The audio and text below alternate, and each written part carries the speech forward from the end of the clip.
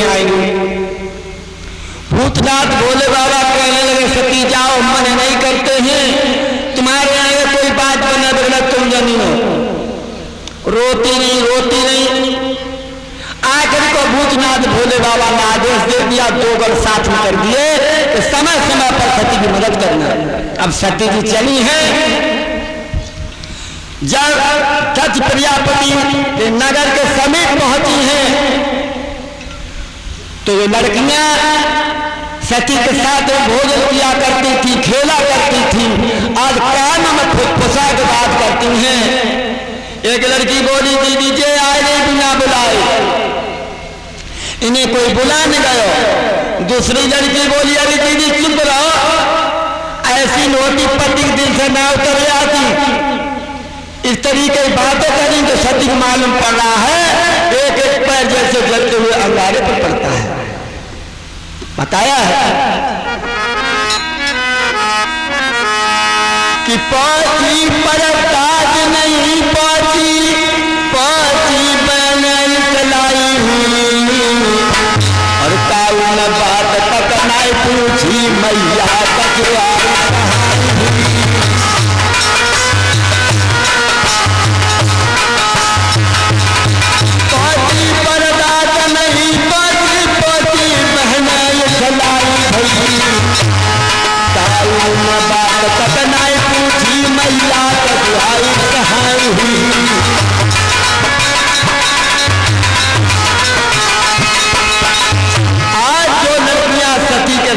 खेला करती थी, भोजन किया करती थी, आज इस तरीके की बातें करेंगे सती पति दिल से उतर गई। सती आंगन में पहुंची तो मैया के गले में दोनों हाथ डाल लिए हैं और लोगों बताया है माँ का दर्द या तो लड़की जानती, लड़की दर्द माँ जानती है। बताया है कि कै दुख जाने दुखिया, कै दुखिया की माँ के जाने जल की माँ चरी सुहाते हाथ बिकाए। आज सती ने मैया के गले में दोनों हाथ डाल लिए और फपक फपक के रोने लगी और बोली है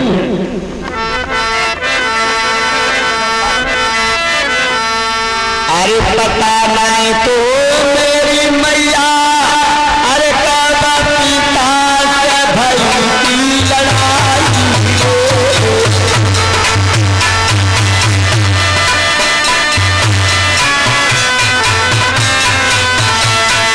अरे पता नहीं तो मेरी मैया, अरे काबा बाबूला से भई की लड़ाई, अरे कोई अभागी माता लली जाता है तो कहने आई,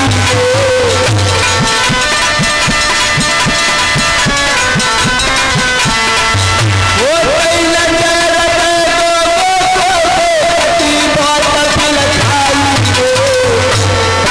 अरे धरती मैया फट जाइए तो मैं समाई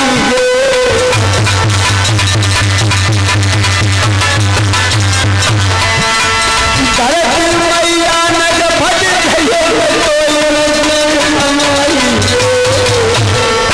अरे कर मैया की याद सती में कैया की तैयारी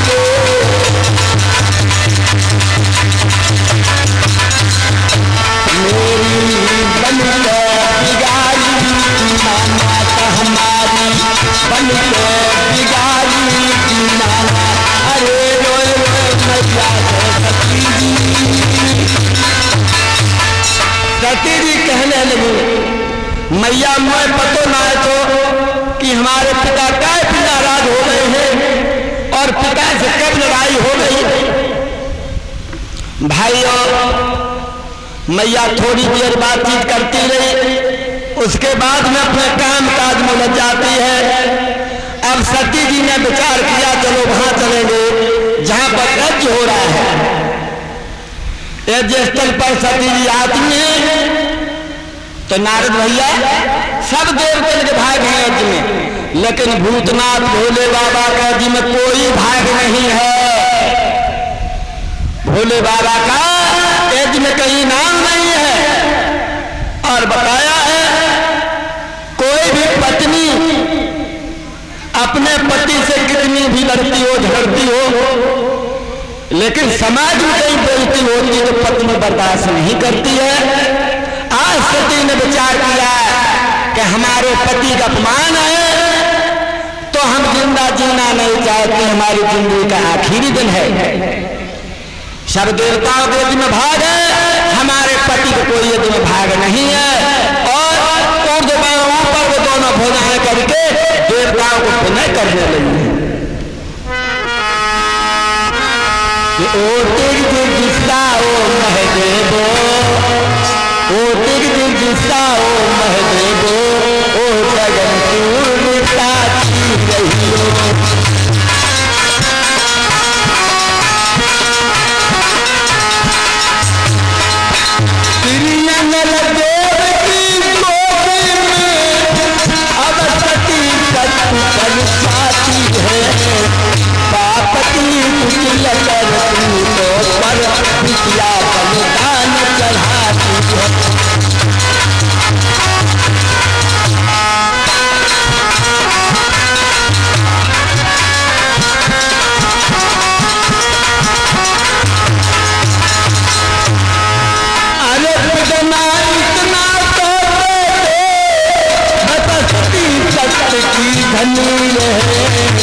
मर मर के क्या जन्मता में भोला कहलनी।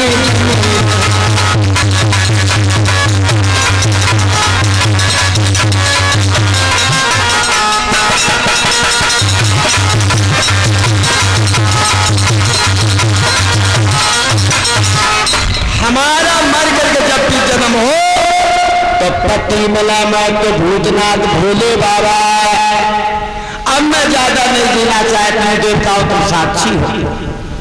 और भाइयों, सती तो छोटे बच्चा और ये भूतन को देखो और नदी लला पटके खाए, कोई कर रो भूत, कोई हुंकारी भरो, कोई चीख रहे हो, लली लला भागे, ललन को बुखार आए, वो सुनती मैया भगतन पे झरवाए, हाय मैं लला भूतन सताए दियो। और अगमानी लेने वाले अगमानी लेने गए, सो नाश्ता ले गए। और जो देखो दूल्हा नाय मौत को चूल्हा बरात देखी, डलिया दूर रख गई और दूर निकलिए तो क्या हुआ कि बास्तिब बरात की करामात, बास्तिब बरात की करामात पर कर गई गजब अगमानों पर।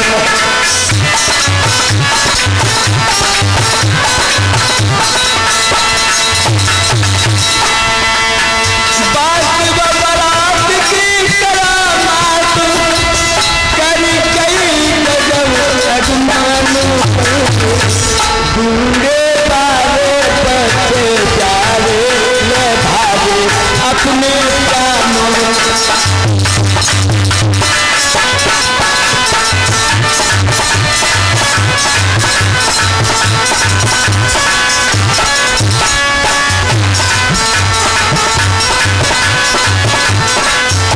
ढूंढे वाले बच्चे जाले ले भागे अपने कानों को।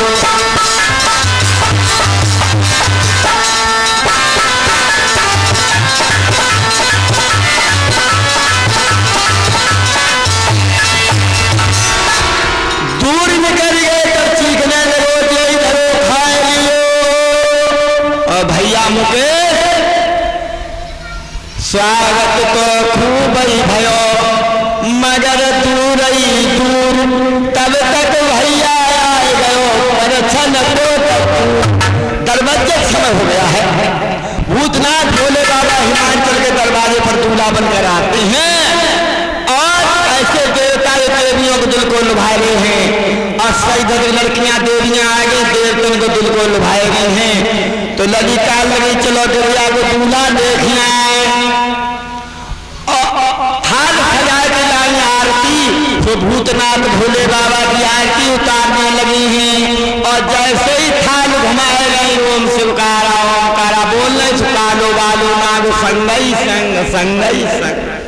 तो बिचरियां बहुत दिना सबको देख एक गिरिया की मौस की बिटिया रह कहने लगी मरी जाती है, ये रिश्तेदार ने सब ना वो मिला था अरे बेचारिया न सांप थालो हाथ ले लो कालो बालो नाग संगई संग बेचारिया आरती गान लगी। अरे रक्षा करे बोही दीन दया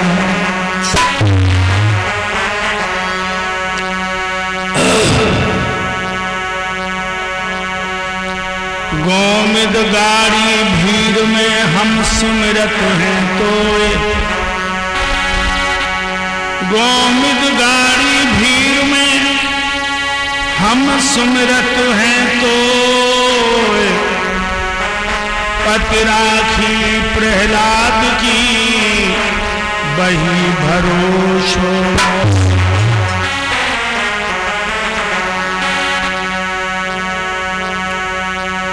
ऐसा क्या लुत्फ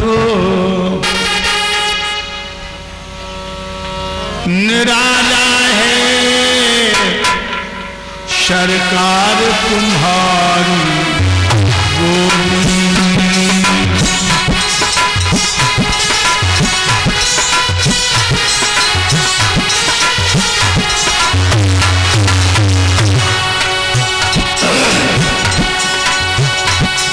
ऐसा क्या लुत्फ निराला है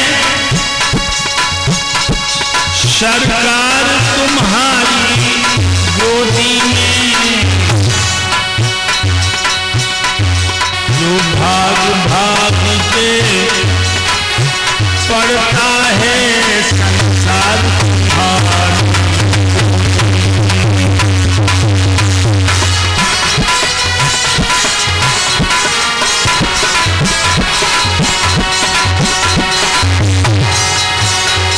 जिनकी गोदी में मैं खेला प्रभु उनकी गोदी सूनी है। उनकी गोदी सूनी है। कोई खिला हुआ है मजेदार गुलजार तुम्हारी।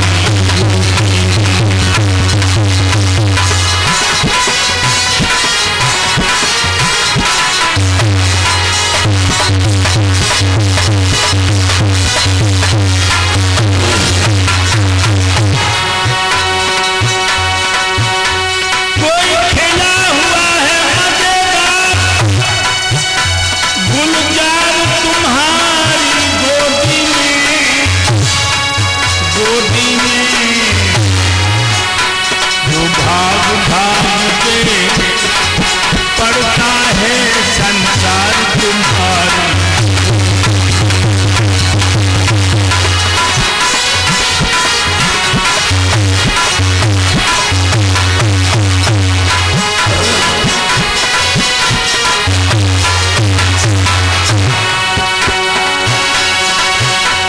गर ऐसे दयालु हो प्रभु जी गोदी में जगह अब हमें भी दो। गोदी में जगह प्रभु मुझे भी दो। संसार को छोड़ के आ रहे हैं आधार तुम्हारा।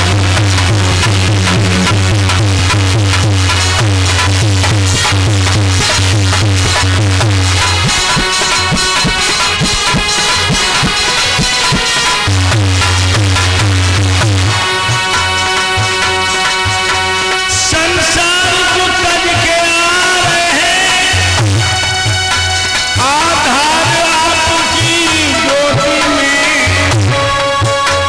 आधार आपकी गोदी में।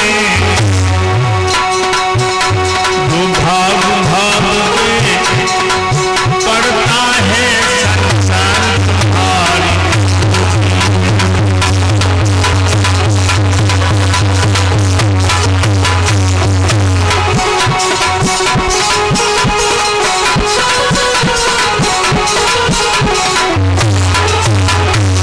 ऐसा क्या लुत्फ निराला है सरकार तुम्हारी।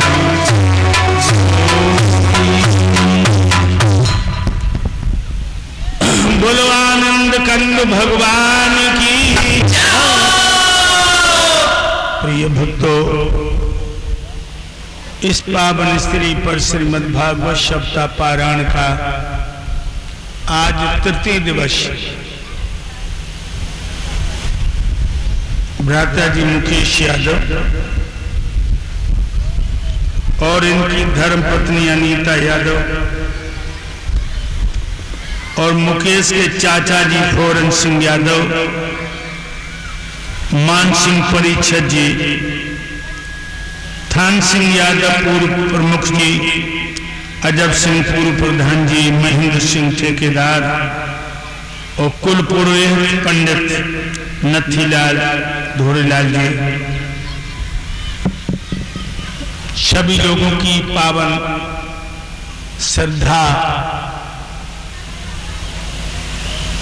यहाँ पर अपना रंग ला रही है, जो सब भगवान की पावन गाथा का श्रवण करते हुए अपने जीवन को धन्य बना रहे हैं। भाइयों,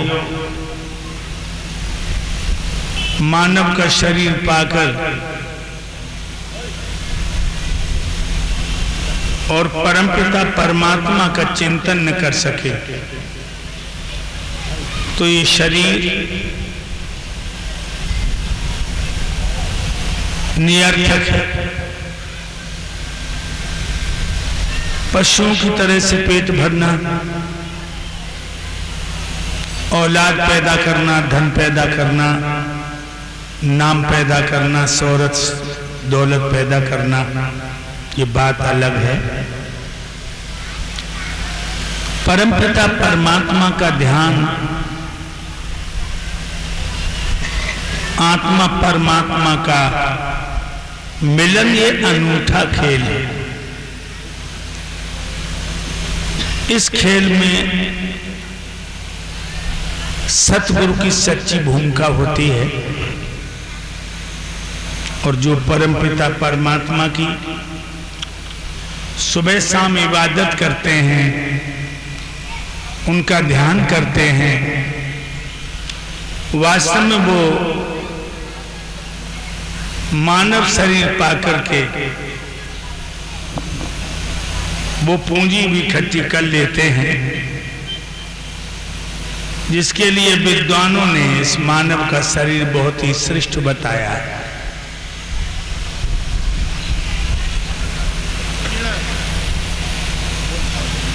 भाइयों,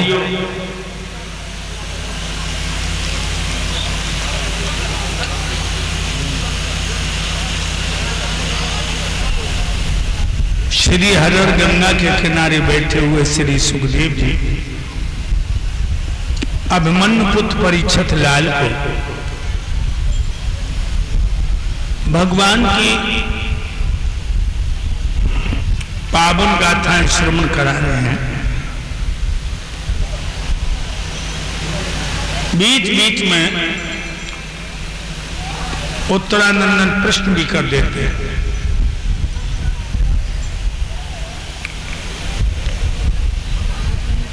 कल की कथा में सुना था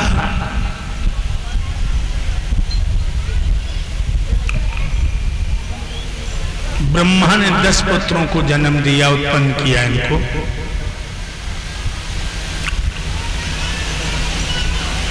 ब्रह्मा के पुत्र स्वामी मनु, इनके 2 पुत्र हुए हैं जिनके नाम है प्रियव्रत और उत्तानपाद। प्रियव्रत ज्येष्ठ पुत्र हैं, उत्तानपाद छोटे हैं, इसलिए वो अवध के राजा हैं। अवध जहां कभी बद न होता, जहां कभी कोई मरता न हो। हमारा आपका जो शरीर है एक अवध है, एक क्षेत्र है, एक राज्य है। शरीर का राजा है आत्मा, बुद्धि इसका प्रधानमंत्री है, अहंकार इसका गवर्नर है, मन इसका सेनापति है, ज्ञान इंद्रियां कर्मचारी, प्राण तो पहरेदार है, राजा आत्मा जान, इंद्रियां घोड़े जीव के बुद्धि सारथी मान। तो प्रिय व्रत, प्रिय माने प्यारा और व्रत माने संकट। वैसे जो हमारी माताएं जो बैठी हैं बड़े व्रत रखते हैं। आज सोमवार है, भोले बाबा का व्रत रख रही हूं, भोजन नहीं करूंगी, लेकिन सास को पानी नहीं दूंगी। आज सोमवार है, भोले बाबा का व्रत तो करूंगी, मंदिर में जाऊंगी, घंटा हिलाऊंगी, पानी चढ़ाऊंगी, लेकिन सास ससुर को पानी नहीं दूंगी। आज शुक्रवार है, संतोषी का व्रत रख रही हूं, रोटी नहीं खाऊंगी, संतोषी की पूजा करूंगी, पति से झूठ बोलूंगी। तो बहना हुए कैसा व्रत है? भागवत सुनने आई हो, व्रत का अर्थ है संकल्प। अब पढ़ी लिखी हो, गंवार नहीं हो तो व्रत का अर्थ है संकल्प। मैं संकल्प करती हूं कभी सास ससुर के दिल को नहीं दुखाऊंगी, मैं संकल्प करती हूं कभी पति से झूठ नहीं बोलूंगी, मैं संकल्प करती हूं अपने पति को छोड़कर पराये पुरुष को भैया के समान, पिता के समान, बेटा के समान देखूंगी। मैं व्रत करती हूं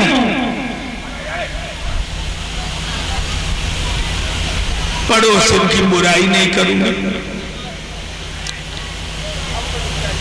मैं व्रत करती हूं अपने पति से कभी झूठ नहीं बोलूंगी। बहना, व्रत इसे कहते हैं। व्रत इसे नहीं कहते हैं कि सोमवार है रोटी नहीं खाऊंगी, पति से झूठ बोलूंगी, सास के दिल को दुखाऊंगी, पड़ोसन के अवगुण देखूंगी। इसलिए तुम सब आगे बैठी हो, प्रिय व्रत बनो। और तुम जो पीछे बैठे हो, तुम भी प्रिय व्रत बनो। व्रत करो, आज से दारू नहीं पीऊंगा, व्रत करो, आज से ब्याज पे ब्याज लेकर गरीब के बच्चे नहीं भटकाऊंगा, व्रत करो, खेतों की मेढ़े नहीं काटूंगा, व्रत करो, कमजोर पे ताकत नहीं दिखाऊंगा, व्रत करो, अपनी पत्नी को छोड़कर पराई स्त्री को मां के समान, बेटी के समान, बहन के समान देखूंगा।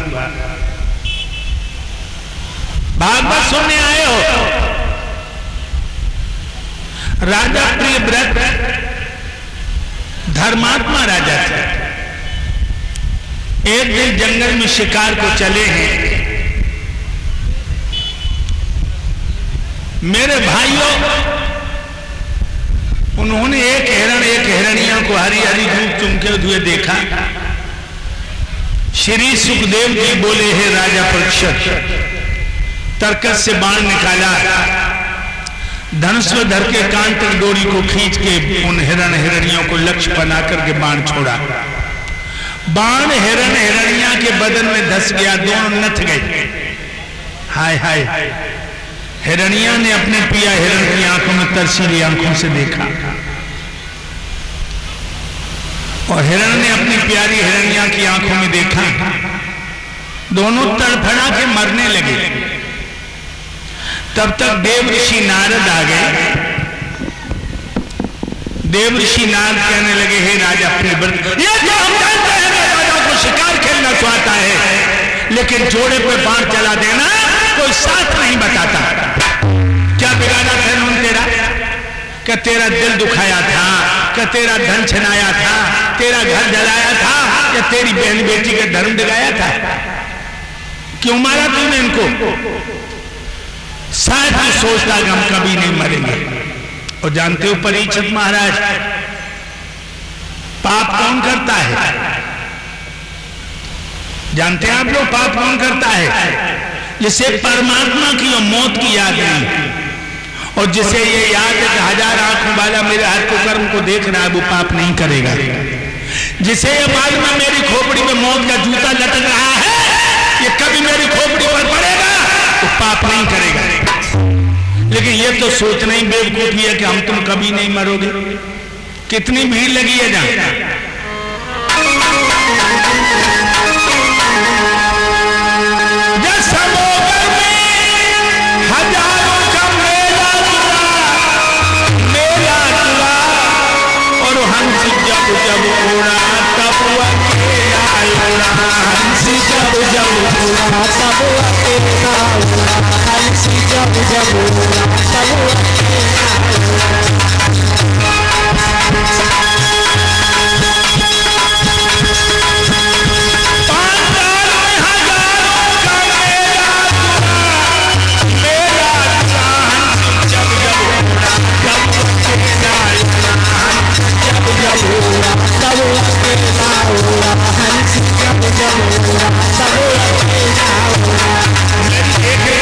समझने की कोशिश करना, स्वर्ग ध्वजा फहराने वाले उसी घाट पर आए, और स्वर्ण भस्म के खाने वाले उसी घाट पर आए, दाने पीने चबाने वाले उसी घाट पर आए, बिना कफन मर जाने वाले उसी घाट पर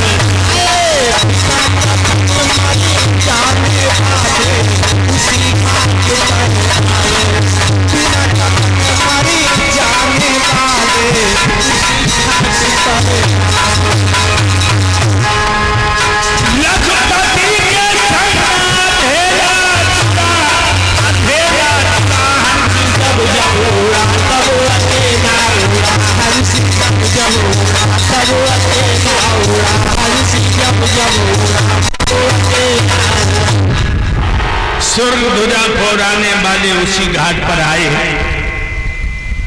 और स्वर्ण भस्म के खाने वाले उसी घाट पर आए, दाने बीन चबाने वाले उसी घाट पर आए, और बिना कफन मर जाने वाले उसी घाट पर। एक ही घाट है लोग। आज नारद जी ने जब ये उपदेश किया है तो राजा प्रियव्रत को वैराग्य हो गया। अपने घर आया, अपने भाई उत्तानपाद को मुकुट दे करके कहा कि मेरा अनुसंधान पूर्ण हो चुका है, अब हम भजन करने को जाएंगे। भोजन बनाना, अपने हाथों से भोजन बनाया, अपने पति को जिमाए। घर में हजारों दासियां हैं, पति को अगर प्यास लगे तो मेरे प्यारे भक्तों कभी बांदी से नहीं कहे कि पानी तू ला, खुद पानी को भागे। पतिव्रता है। पहला नियम है, सुबह जगती हैं, दिनचर्या से पहले पति के दर्शन करती हैं, पति के पैर छूती हैं। अच्छा, तुम इतनी भागवत सुनने आई हो, हाथ उठा, सुबह कौन कौन अपने पति के पैर छूती है?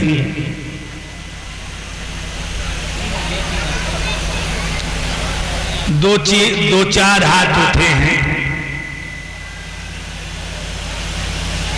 बाकी तुम का बाहर धोखा नहीं हो। जब सवेरे पति के पैर नहीं छूती हो, तुम तो नारी धर्म से ही वंचित हो। अनसुईया ने, सीता ने, नर्मदा ने, दमयंती ने, सावित्री ने मंदिरों में जाकर के पत्थर पे खोपड़ी नहीं मारी, उन्होंने पति में परमेश्वर को देखा।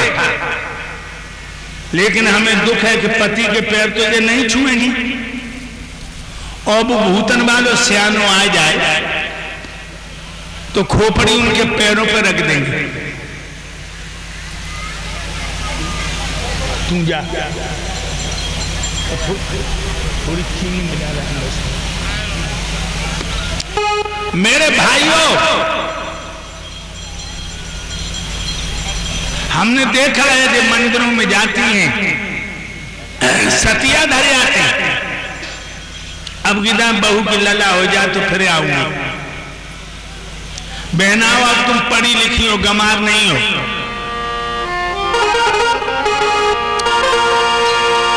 पत्थर पूजे लला मिले तो खाली रहती मई नहीं, और कोशिश से नर मर जाते तो नंगर बसते कहीं नहीं।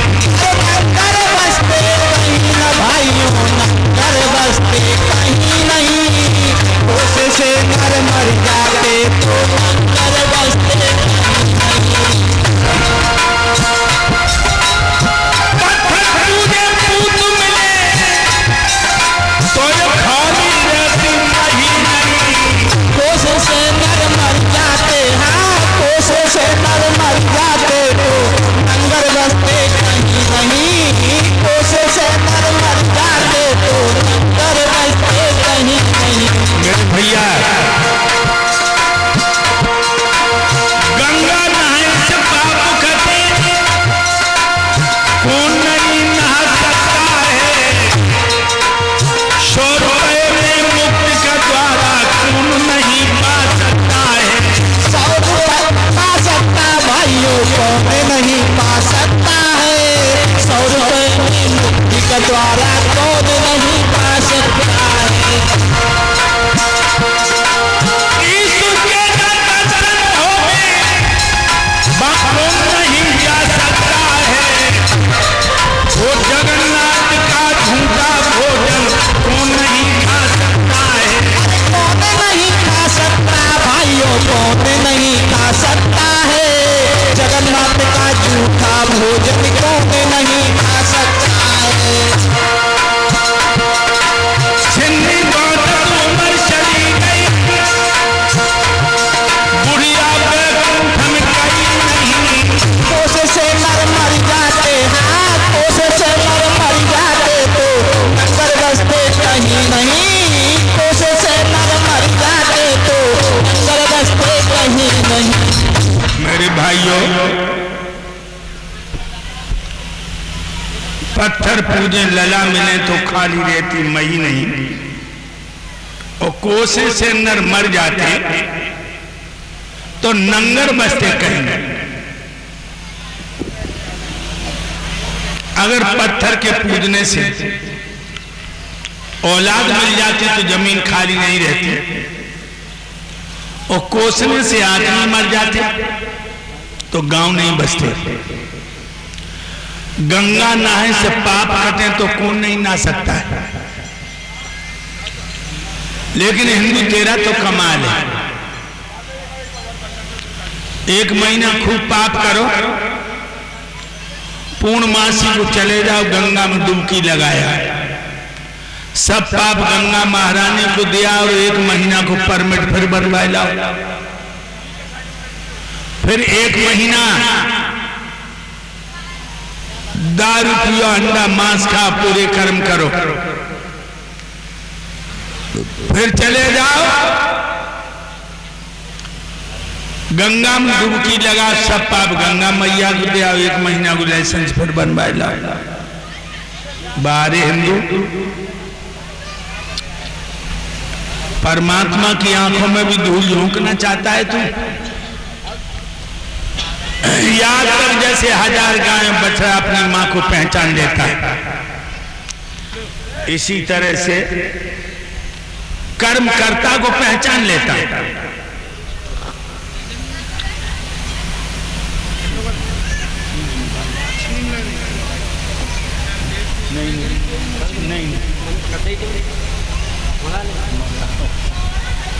मेरे भाइयों, गंगा नहाए से पाप कटे तो कौन नहीं नहा सकता है, 100 रुपए में मुक्त के द्वारा कौन नहीं पा सकता है। ईश्वर के जब दर्शन होवे कौन नहीं जा सकता है, जगन्नाथ का झूठा भोजन कौन नहीं खा सकता है। और बताया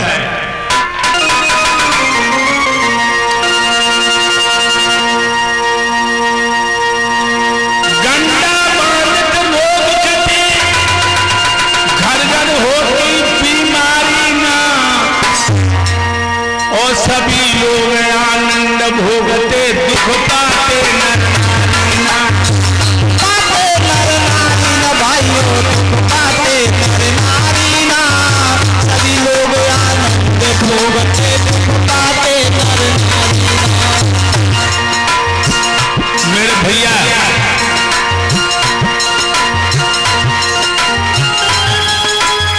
गंधा बालक रोग कटे, घर घर होती बीमारी ना, सभी लोग आनंद भोगते दुख पाते नर नारी ना। दुख पाते नर नारी न भाइयों, दुख पाते नर नारी ना, सभी लोग आनंद भोगते दुख पाते नर नारी ना।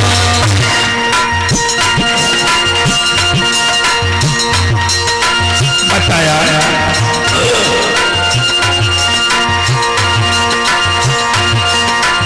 दूसरों के प्याले बंजावर घर घर फिरे मदारी ना,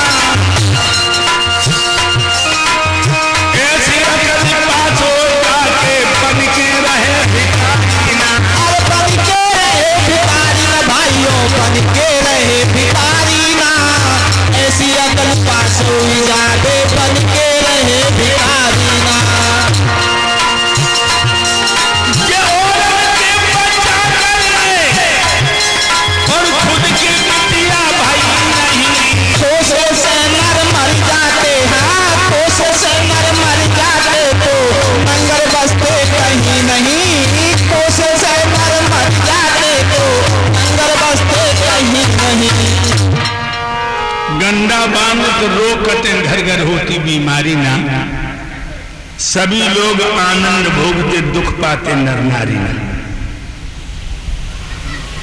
अगर गंडा बांधने से रोग कट जाते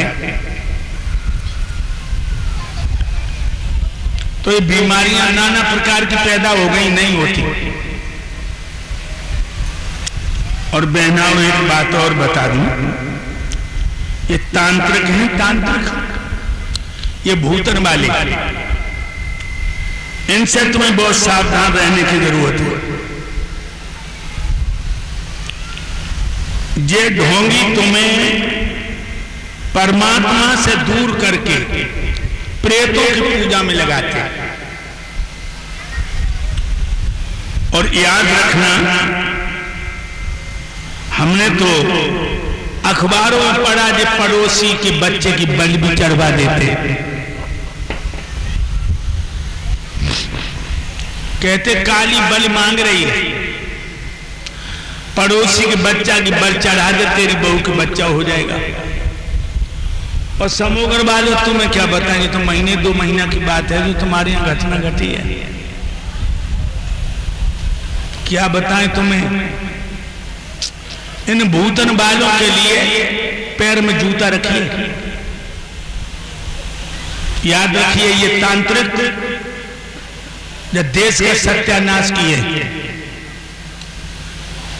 बीमारी है, नाना प्रकार की बीमारियां हैं। जो कह रहे ऊपर हवा की छाया है, भूत प्रेतों की माया है। तो इन बातों को जरा समझने की जरूरत है। पहली बात तो यह है कि अपना हाथ बहनाओ, किसी दूसरे को मत दिखाओ। बड़े बड़े ढोंगी और पाखंडी घूम रहे। हमारे एक किसान की औरत मर गई, 40 बीघा जमीन थी उसके पास, 1.5 साल का बच्चा छोड़ गया। गांव वाले कहने लगे तू शादी कर ले, तेरे पास इतनी जमीन है, तेरा बच्चा छोटा है। वो यादव कहने लगा हम शादी नहीं करेंगे, जाने वो औरत हमारे बच्चे को अंग लगाएगी या नहीं लगाएगी। गांव वालों रिश्तेदारों ने जब ज्यादा कहा तो उसने शादी कर ली, लेकिन लोगों उस औरत ने उस बच्चे को अंग नहीं लगाया। वो किसान जब खेत पे काम करने जाता था तो बच्चे को भोजन करा के जाता था। बच्चा 6 साल का हो गया। एक दिन जब औरत दरवाजे बैठी हो, एक महात्मा निकला ढोंगी, सुकैया बाबा जी बैठे हो। बैठ गया महात्मा। बाबा जी हाथ देख ले तो वो ढोंगी बोला, तुम अपनी परेशानी बता।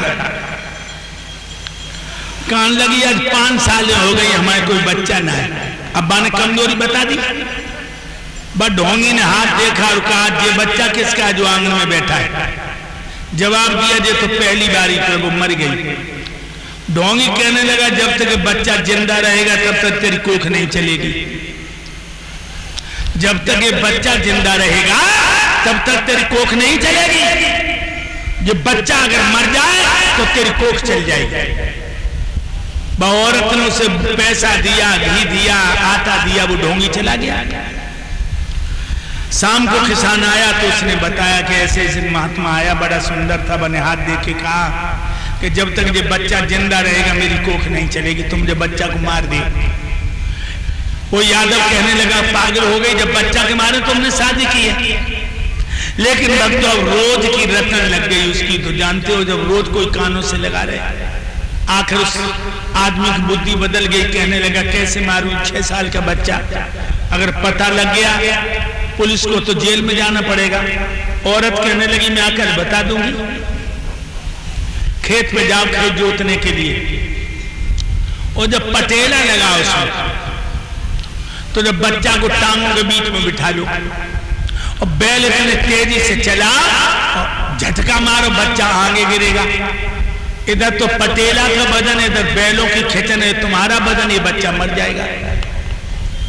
बच्चा को लेकर किसान खेत पे पहुंचा, 2 बीघा खेत जोता, भारी सा पटेला बांध लिया और लड़के से कहा, आ जा। लड़का बीच में बैठ गया यूं हाथ करके। बाने बैल बहुत तेज चलाए और 3 झटका मारे, लेकिन बच्चा इतनी जोर से पैर पकड़े था कि बच्चा गिरा नहीं। तब तक सामने एक इतना बड़ा पौधा आ गया तो एकदम बच्चा बोला, पिताजी पिताजी बैल रोक दो, ये पौधा टूट जाएगा, बैल रोक दो, पौधा टूट जाएगा। किसान कहने लगा, वो यादव बोला कि टूट जाएगा, दूसरा निकल आएगा। एकदम बच्चा कहने लगा, पिताजी जरूरी नहीं कि इतना अच्छा पौधा फिर दोबारा मिल जाए। सो ये एकदम उसने बैल रोक दी। और बाकी दिमाग में आया कि जरूरी नहीं है कि ये बच्चा मर जाएगा तो औरत के बच्चा हो जाएगा। उसने एक ही शब्द को पकड़ लिया और बच्चा को गोद में लेके रोने लगा और कहने लगा, बेटा तेरे एक शब्द ने मेरी बुद्धि को बदल दिया। तो याद रखना बहनाओ, ये जितने भी तांत्रिक हैं ये गुंडे हैं, ये परमात्मा से अलग करके तुम्हें भूतों की पूजा में लगाते हैं। एक वेदों में आया है मंत्र, ओम विश्वान देव शब्दर धुर्तान पराशी भद्रम तन्नास्व। वो परम पिता परमात्मा जो सर्वज्ञ है, सिर्फ उसी को याद करो, सारे काम वही बनाएगा। ये भूत प्रेत वाले चक्कर में तुम अपने धर्म को भी गंवा देती हो, प्राणों को भी गंवा देती हो। मेरे भाइयों, घुसड़ू के रुपया बन जावे, घर घर फिरे मदारी ना, और ऐसे अपने पास हो जाके बन के रहे भिखारी ना। ये औरत के बच्चा करे, खुद की लड़की पैदा नहीं हुई, तो हकीकत तक पहुंचो और बताओ।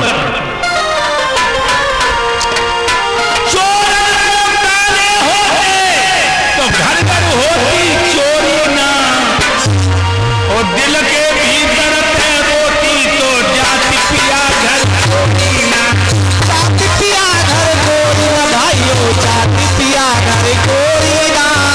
दिल के भीतर से रोती तो जाति पिया घर गोरी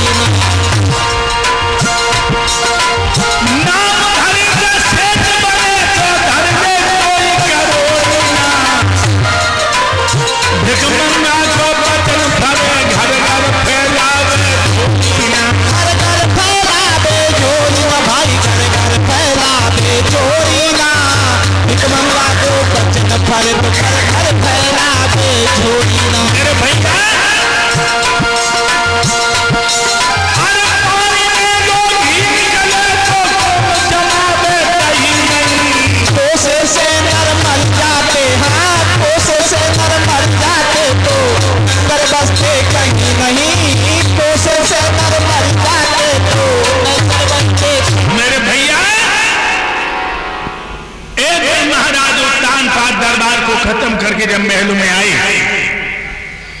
सुनीत ने बड़ा सुंदर पलंग डाल दिया, एक लोटा पानी भर के दिया।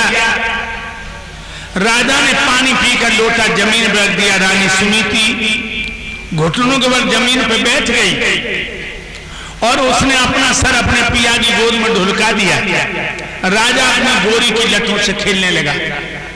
राजा को नहीं मालूम पड़ा, गोद में सर रख के रखे महारानी सुनीति फपक फपक के रोने लगी। मेरे भाइयों, राजा ने एकदम से रानी का सर अपने सामने किया, हाथ में लेकर के आंखों में आंखें डाल के कहा, चुप हो जाओ, क्या तुम रो रही हो? रानी सुनीति बोली, हाँ पिया, मैं रो रही हूं। क्यों? क्यों घर के नौकर ने आदेश का पालन नहीं किया या किसी बांदी ने बदतमीजी की? रानी बोली, पिया नौकरों की क्या हिम्मत है मेरी आज्ञा का पालन न करें, लेकिन हम जैसी अभागे ने तुम्हारे खानदान को कलंक लगा दिया। राजा इस तरह चौंके, भक्तों मानो धोखे से उनका पैर जलते हुए अंगार पर पड़ा हुआ, तुमने कैसे कलंक लगा दिया? तो रानी कहने लगी, इतने दिन तक न संतान हुई, दुनिया सब हंसी उड़ाती है।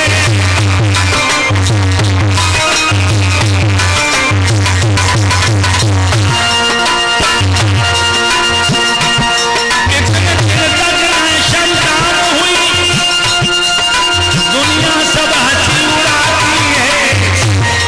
कोई पिया तुम्हें बल बताई रही है, कोई हमको बात बताती है।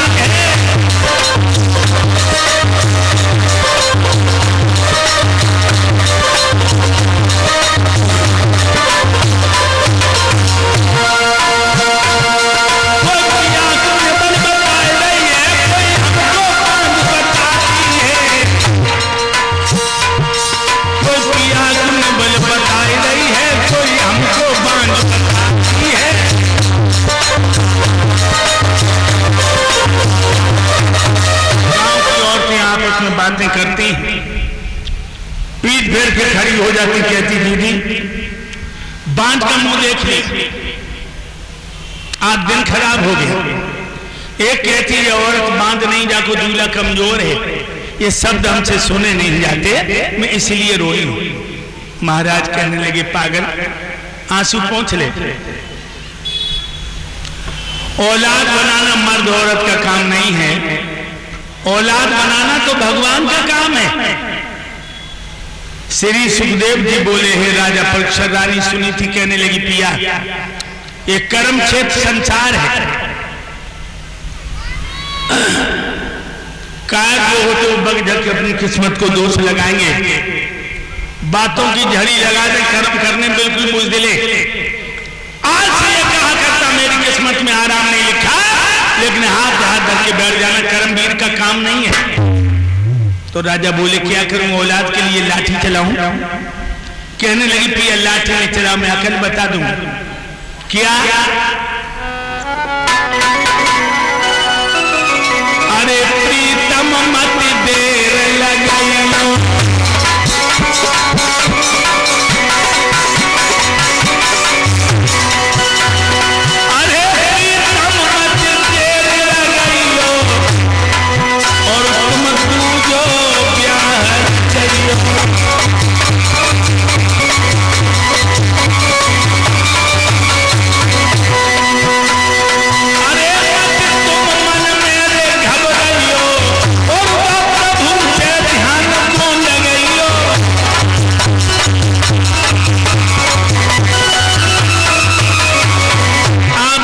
शादी करना। मेरे भाइयों, राजा को ये मालूम पड़ा, मानो उसके सर पर किसी ने हथौड़ा ने वार किया। महाराज बोले, खामोश, क्या तुमने कोई नशा कर लिया? रानी बोली, पिया मैं तो कोई नशा नहीं करती। महाराज बोले, नशा नहीं करती हो तो नशा जैसी बातें क्यों कर रही हो?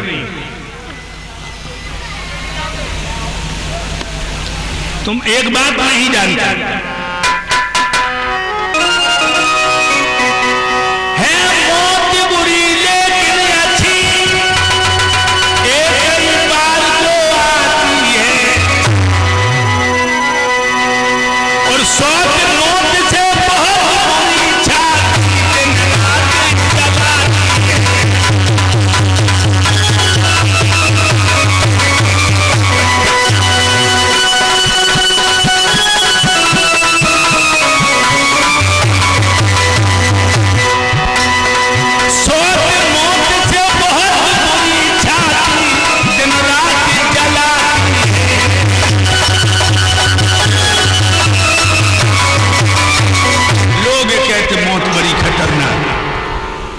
गोरी वो अच्छी एक ही बार में आती और लेकर के चली जाती है। सौत तो मौत से भी खतरनाक है, दिन रात छाती जलाती है। तुम पागल हो गई हो। महारानी कहने लगी पिया आप इसीलिए तो डर रहे घर में सौत आ जाएगी तो मैं झगड़ा करूंगी। महाराज बोले एक म्यान में 2 तलवारें कैसे जाएंगे? तो कहने लगी है मुद्दकाय करेगी राग रहूं ताबेदार बन गोबरहारी, इतने पे झगड़ा करे रे मोए सैया करियो।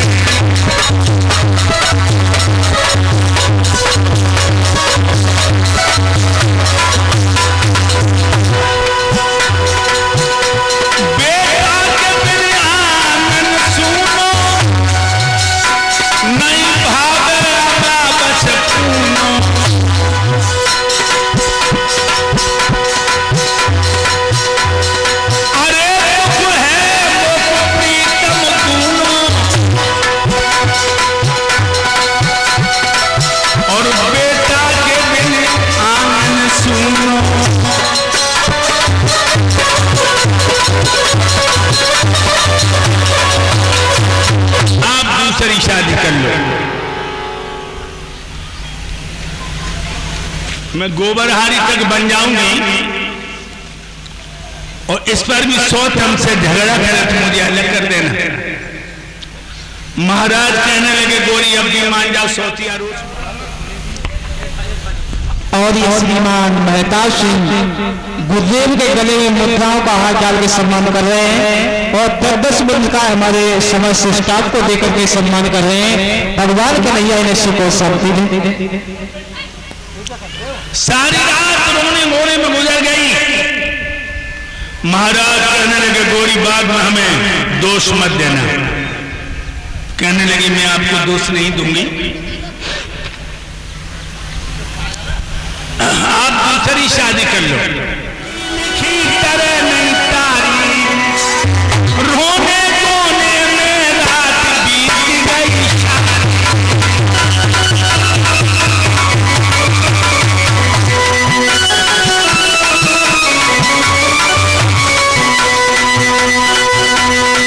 प्रात काल जब भयो रे भूख उठ गयो तो आज तपधारी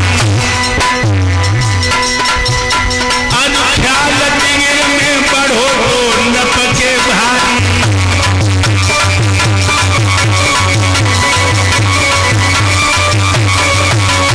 सारी रात गुजर गई। सुबह महाराज दरबार में पहुंचे। सरदारों ने बड़े सम्मान के साथ बिठाया। चेहरा बिल्कुल उतरा हुआ, आंखें लाल है। महाराज बड़ी सुस्ती में छाए हैं। तो मंत्री ने कहा महाराज आज आपकी हालत क्या है? महाराज हाँ आपका चेहरा सोचते का क्या बात है? मंत्री आज सारी रात हो गई। हाँ महारानी ने सोने नहीं दिया। एक ही रट लगाए मैं दूसरी शादी कर लूं। अच्छा। और मंत्री तुम जानते हो जिस घर में 2 औरतें होती उस मर्द का जीना आधा रह जाता है। बिल्कुल सही कही। आप हमारे मंत्री हैं। हाँ हाँ आप हमें बताओ दूसरी शादी करना ठीक होगा या नहीं? महाराज और तो करिए लो तो सही है। अबे करो जल्दी कर लो। आप ये भी जानते मैं शादी क्यों करना? हाँ मैं समझ चुका। आपका संतान नहीं, इसलिए आप बहुत दुखी मालूम पड़ते, चेहरा उतरा हुआ है। इसी समय पत्रों का वितरण कर दो कि महाराज अयोध्या के सम्राट शादी करना चाहते हैं, जिसकी लड़की सुंदर, सुशील और सुलक्षणी हो, वो अपनी बेटी का टीका महाराज को भेज दे। बहुत अच्छी। पत्रों का वितरण हुआ। मेरे भक्तों, एक राजा की लड़की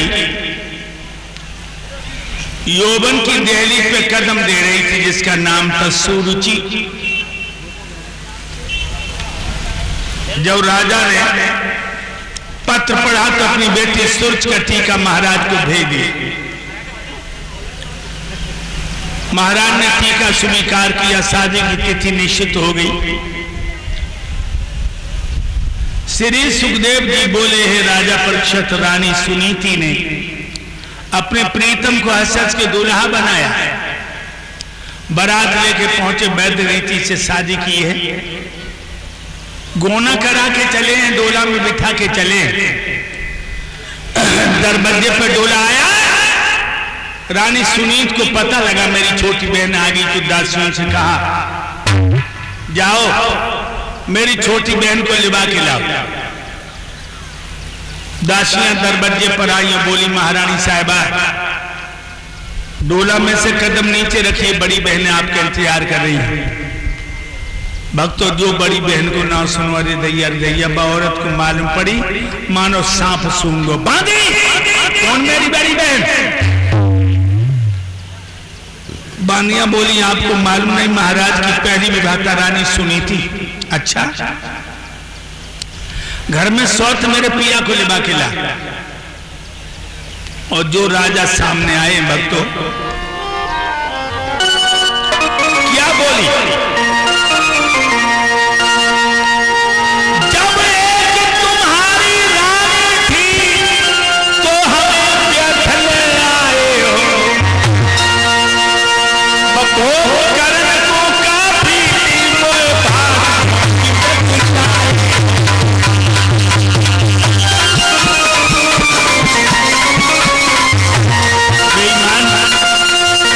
एक औरत घर में थी तो मेरे बाबू के दरवाजे दूल्हा बन के क्यों गई?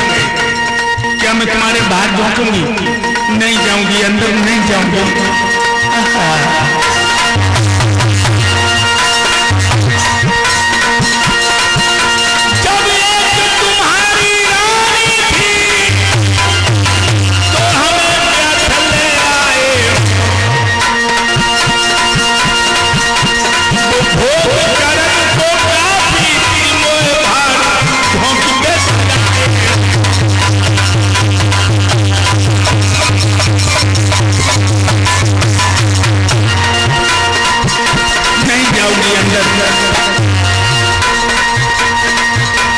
बस इतना ही एहसान करो,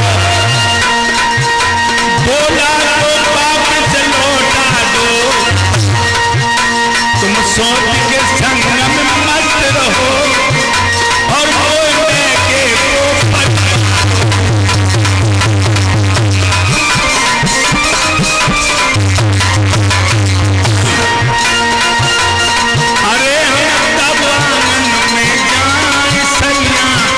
को जल्दी